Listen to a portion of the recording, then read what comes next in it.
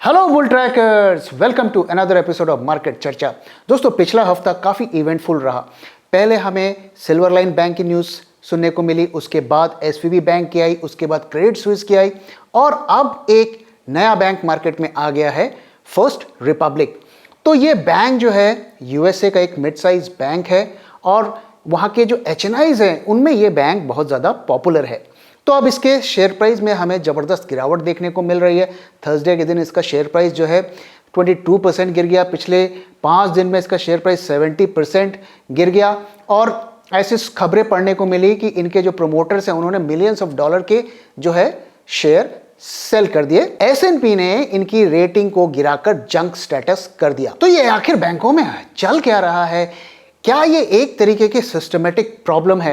दोस्तों, अगर हम 2008 से कंपेयर करें तो बहुत से लोग कहते हैं कि नहीं वो सिचुएशन नहीं है। उस वक्त की जो प्रॉब्लम थी वो लैंडिंग की थी। लोगों ने बहुत ज़्यादा जो है लोन दे दिया था और बैड लोन्स में वो कन्वर्ट हो गए थे, इसकी वजह से प्रॉब्लम आई थी। लेकिन इस बार सिचुएशन डिफरेंट है। तो मैं इस आर्गुमेंट से एग्री करता हूं कि उस वक्त की सिचुएशन डिफरेंट थी। तो इसका मतलब ये नहीं है कि ये बैंकों को गिरा नहीं सकता है। तो कोई जरूरी नहीं है कि आदमी एक ही बीमारी से मरेगा, अलग अलग बीमारियों से भी मर सकते हैं। उसी तरीके से जो बैंकिंग क्राइसिस होती है वो अलग अलग रीजंस की वजह से होती है। तो 2008 में बैड लोन्स की प्रॉब्लम थी, इस बार जो है इजी मनी की प्रॉब्लम है। तो जैसे कि अब तक आप समझ गए होंगे कि हुआ क्या था कि कोरोना के टाइम पे बहुत सारा पैसा मार्केट में आ गया, लोगों के हाथ में आ गया, लोगों ने बैंक में पैसे को डिपॉजिट कर दिया। बैंक जो है उनको उस पर इंटरेस्ट देना पड़ रहा था, लेकिन उनकी जो लोन्स है उससे उनकी इनकम नहीं हो रही। तो एक तरफ उनको जो है इंटरेस्ट देने से उनको जेब से इंटरेस्ट देना पड़ रहा था, दूसरी तरफ उनको जो लोन चुकी नहीं दे पा रहे थे वहां से इनकम नहीं हो पा रही थी। तो एज अ यूएस गवर्नमेंट की जो जनरल इंस्ट्रक्शंस हैं उनको फॉलो करते हुए उन्होंने काफ़ी सारा पैसा जो है यूएस ट्रेजरी बॉन्ड में लगा दिया। तो आप इसको ऐसे समझिए कि आपने बैंक में जाकर पैसा जमा किया, आपको बैंक को इंटरेस्ट देना पड़ रहा था, बैंक वालों ने वो पैसा उठाकर यूएसए के गवर्नमेंट के बॉन्ड्स में लगा दिया, क्योंकि वहां से एक गारंटीड रिटर्न उनको मिल रही थी और साथ में जो है एक गारंटी थी कि मैच्योरिटी के बाद उनको उनका पैसा मिल जाएगा। तो ये अच्छी स्कीम थी, लेकिन इंटरेस्ट रेट उस वक्त काफी लो थे। अब क्या हुआ, इंटरेस्ट रेट जब बढ़ने लगे तो उनको बॉन्ड्स में लॉस होने लगा। लेकिन बॉन्ड में तो गारंटीड रिटर्न है, तो क्यों उनको जो है इसकी वजह से नुकसान हुआ? उसका रीजन ये था कि लोग जब विड्रॉल करने लगे बैंक से तो उनको पैसे की कमी पड़ गई। और ये कुछ इस तरीके की सिचुएशन है कि मान लीजिए आपने एक शेयर में पैसा लगाया और वो शेयर जो है आपका लॉस में चल रहा है, लेकिन आप कॉन्फिडेंट हो कि ठीक है फ्यूचर के डेट में ये प्रॉफिटेबल हो जाएगा, लेकिन तभी अचानक से आपको पैसे की जरूरत पड़ जाती है तो आपको उस शेयर को लॉस में बेचना पड़ता है। तो ये चीजें मैंने आप पहले भी आपके साथ डिस्कस की है। तो ये जो बॉन्ड के पोर्टफोलियो में जो लॉस हो रहा है ये कितनी वाइड स्प्रेड है, कितने बैंकों को इसकी प्रॉब्लम हो रही है? तो दोस्तों, मैंने अभी रिसेंटली ये एक डेटा पढ़ा और वो चौंकाने वाला डेटा था। तो टोटल अगर जो बॉन्ड पोर्टफोलियो यूएस बैंक्स का हम देखें तो उनको जो इस वक्त नोशनल लॉस हो रहा है 620 बिलियन डॉलर्स का लॉस हो रहा है।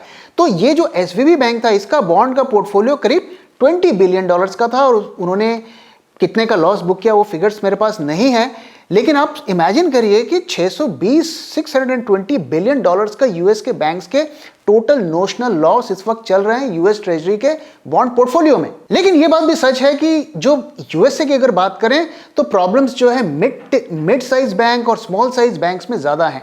बड़े बैंक के जो है जो रिस्क मैनेजमेंट है वो थोड़ा बेटर होता है, उनके बॉन्ड के जो पोर्टफोलियो में लॉसेज होते हैं वो उसको डे टू डे मैनेज करते हैं। छोटे बैंक में ये कंपल्शन नहीं है। एक और जो प्रॉब्लम क्या हो रही है कि वहां से छोटे बैंक से लोग पैसा निकालकर बड़े बैंक में ले जा रहे हैं, इसकी वजह से छोटे बैंक्स में और ज्यादा प्रॉब्लम होने लगी है। लेकिन इसका मतलब ये नहीं है कि वहां के बड़े बैंक सेफ हैं। अगर सेफ होते तो उनके शेयर प्राइस में इतनी गिरावट नहीं होती। तो अगर हम यूएस बैंक्स की मार्केट कैप की बात करें तो एक महीने में 17% उनका मार्केट कैप गिरा है, यानी कि 220 बिलियन यूएस डॉलर्स का वाइप आउट। और अगर सब कुछ बैंकिंग सिस्टम में वहां पर ठीक होता तो मूडीज ने वहां के बैंकिंग सिस्टम को जो है डाउनग्रेड नहीं किया होता, उन्होंने उनकी रेटिंग को नेगेटिव जो है कर दिया है, यानी कि रेटिंग को डाउनग्रेड कर दिया है। अब आप में से कुछ लोग शायद ये बोलेंगे कि ये प्रॉब्लम तो यूएसए की है, हमारे बैंक तो बिल्कुल सेफ हैं, हमें कोई चिंता की बात नहीं है।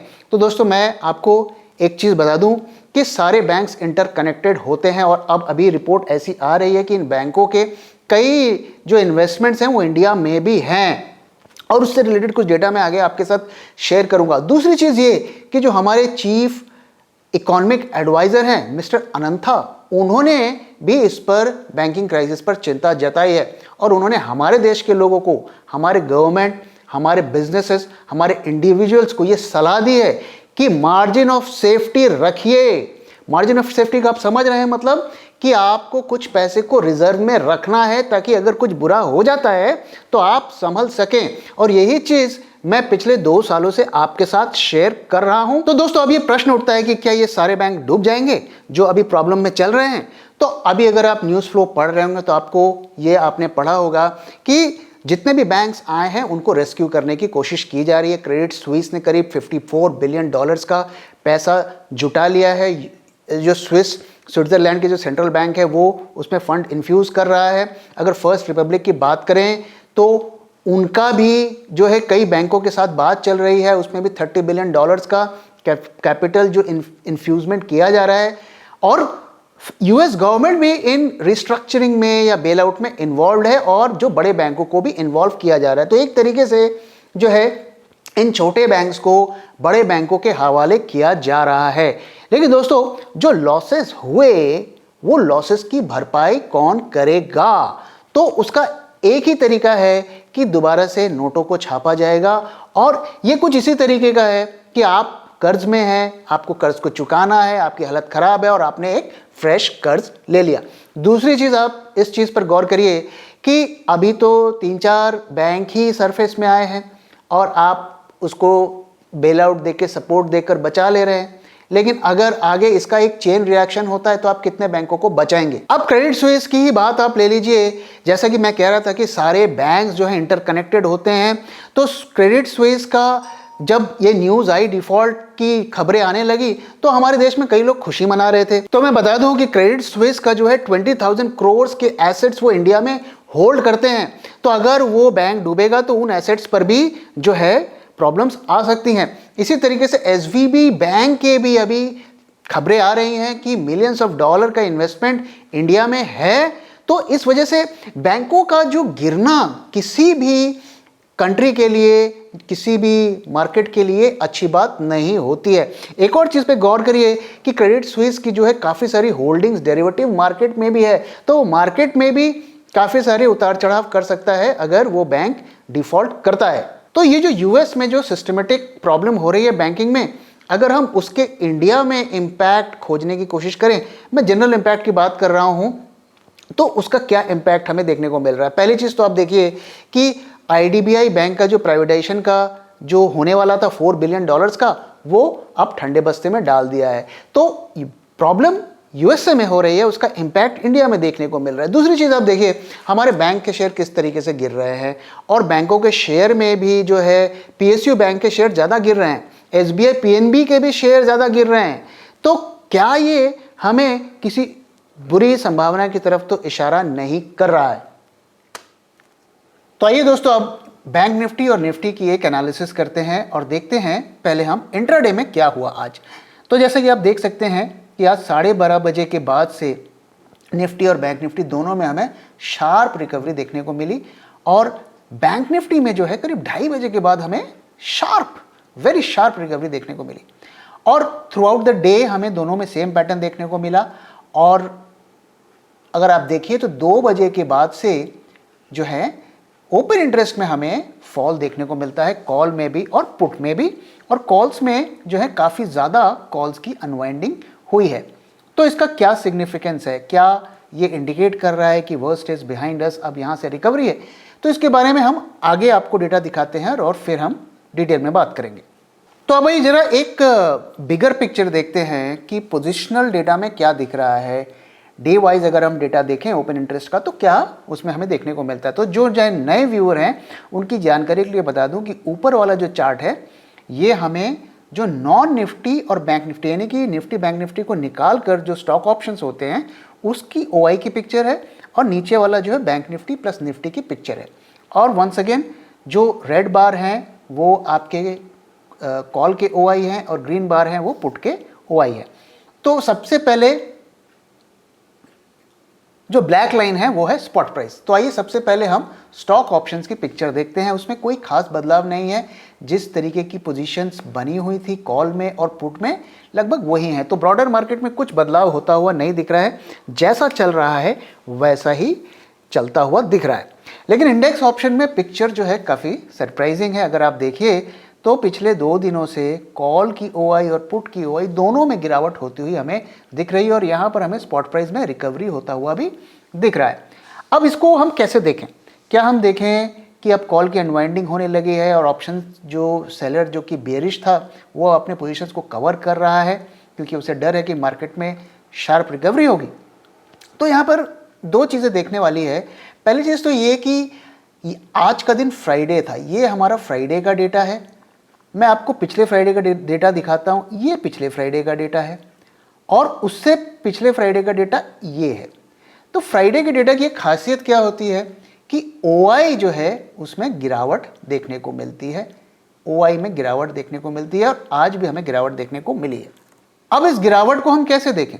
देखिए, ये वाला जो वीकेंड का डेटा था, फ्राइडे का डेटा था 3 तारीख का, उसमें क्या होता है कि आपका कॉल गिरता है और आपका पुट भी गिरता है, लेकिन पुट यहाँ पर कॉल से ज़्यादा होता है। तो जो ओपन इंटरेस्ट बचता है फ्राइडे के दिन, वहाँ पर पुट जो है रिवर्स हो जाता है, यानी कि पुट कॉल से ज़्यादा होता है और उससे पिछले दिन जो है उसकी उल्टी पिक्चर थी।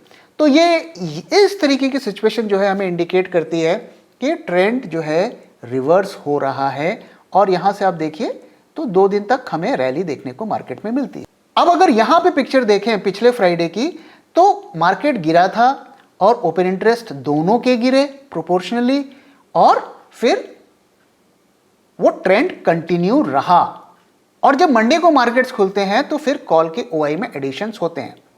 तो ये सिमिलर पिक्चर जो है पिछले फ्राइडे की ही हमें यहां पर देखने को मिल रही है, ऐसा लगता है। क्योंकि यहां पे आप देखिए कि अभी भी जो है पुट्स जो हैं कॉल से ज़्यादा हैं। इतनी शार्प रिकवरी आज हुई, इतने दिनों के बाद हुई, तो पुट्स की एडिशंस तो होनी चाहिए, पुट्स के कॉन्ट्रैक्ट्स तो बढ़ने चाहिए, फ्रेश एडिशंस हमें दिखने चाहिए, जो कि होता हुआ नहीं दिख रहा है क्योंकि पुट्स भी डाउन है। तो ये सिचुएशन हमें फ्राइडे का इफेक्ट ही हमें बता रहा है। हाउएवर मंडे को हमें कॉल और पुट के ओआई को देखना पड़ेगा। अगर पुट के ओआई जो है कॉल को सरपास कर देते हैं, फ्रेश पुट की एडिशंस होती है, राइटिंग होती है, तो हम एक तरीके से क्लू मानेंगे कि शॉर्ट टर्म में करेक्शन इज ओवर। फिलहाल जो डेटा हमें देख के लग रहा है कोई बदलाव नहीं है। हो सकता है मार्केट मंडे को भी थोड़ा और ऊपर खुल जाए, लेकिन जब तक सिग्निफिकेंट पुट के ओआई में एडिशंस नहीं होते हैं हम नहीं मानेंगे कि वर्स्ट इज बिहाइंड अस। अगर हम लेवल्स की बात करें तो हमारे एल्गो के लेवल्स में कोई बदलाव नहीं है, दोनों में सेल चल रहा है, निफ्टी और बैंक निफ्टी। और जो लेवल्स हमने शेयर किए थे पिछले 2-3 दिनों से मैं शेयर कर रहा हूं, उसी पे हम स्टिक करेंगे। तो बैंक निफ्टी है 39,670 और निफ्टी है 17,281। इसके नीचे हमें बेयर रहना है। ये था हमारा निफ्टी बैंक निफ्टी का एनालिसिस। तो दोस्तों पिछले 1-2 दिनों से मैं आज क्या सीखे सेक्शन को वीडियो में ऐड नहीं कर रहा हूं और उसकी वजह यह है कि मैं वीडियो को लेंथ को थोड़ा छोटा रखना चाह रहा हूं ताकि आप में से ज़्यादा लोग देख सकें। और मैं जल्दी ही इसको वापस से वीडियो में ऐड करूंगा। और इस वीडियो से मैं एक और नई इनिशिएटिव शुरू कर रहा हूं, बुल ट्रैक बोलो। ये हमने बहुत टाइम पहले हम अपने वीडियो सेक्शन में करते थे। तो अगर आपका कुछ क्वेश्चन है, अगर आप कोई चीज़ जानना चाहते हैं, किसी स्टॉक के बारे में जानना चाहते हैं, इन जनरल मार्केट के बारे में जानना चाहते हैं, कोई आपका क्वेश्चन है हमसे, तो आप इस हैशटैग बुल ट्रैक बोलो के साथ जो है कमेंट सेक्शन पर अपने क्वेश्चन को पोस्ट करिए और मैं कोशिश करूंगा कि आपके क्वेश्चन का रिस्पांस कर सकूं। तो अभी हमारे एक व्यूअर ने हमसे पूछा कि ये जो टीसीएस में बदलाव हुआ है, उनके सीईओ ने जो है रिजाइन कर दिया है, तो इसका उस कंपनी पर क्या इम्पैक्ट पड़ेगा। तो दोस्तों जो प्रेजेंट सीईओ ने रिजाइन किया है, तो उनका एक बहुत बड़ा कंट्रीब्यूशन था टीसीएस के ग्रोथ में और उनके लीडरशिप में जो टीसीएस ने अच्छी खासी स्टेबिलिटी के साथ ग्रो किया। लेकिन उनके जाने से कंपनी पर कोई भी प्रभाव पड़ने वाला नहीं है, क्योंकि ये जो कंपनीज हैं ये बहुत ज़्यादा पीपल डिपेंडेंट नहीं होती हैं, दे आर प्रोसेस डिपेंडेंट। और ये कंपनी कोई आज की नहीं है, 60s से एग्जिस्ट कर रही है और इन्होंने अच्छे बुरे हर दौर में जो है ग्रोथ दिखाया है, हर लीडर के अंडर में दिखाया है। तो आपको घबराने की ज़रूरत नहीं है। शेयर का प्राइस गिर सकता है, मार्केट गिरेगा या यूएस मार्केट में बड़ी गिरावट होगी तो शेयर का प्राइस तो ज़रूर गिरेगा, लेकिन कंपनी को हमें लोअर लेवल्स पर भी एक्वायर करना चाहिए। और हमने पास्ट के रिसेशंस में भी, पास्ट के क्रैशेस में भी देखा है कि कंपनी ने तेजी के साथ रिकवरी दी है। बस हमें एक ही चीज़ का ध्यान रखना है कि लोअर लेवल पर कंपनी के शेयर्स खरीदने के लिए आपके पास फंड होने चाहिए। तो दोस्तों इसी के साथ इस वीडियो को मैं यहाँ पे खत्म कर रहा हूँ। आशा करता हूँ वीडियो पसंद आए तो प्लीज़ वीडियो को लाइक करिए, अपने दोस्तों के साथ शेयर करिए और हमारे चैनल को भी सब्सक्राइब करिए। Thank you very much for your time दोस्तों।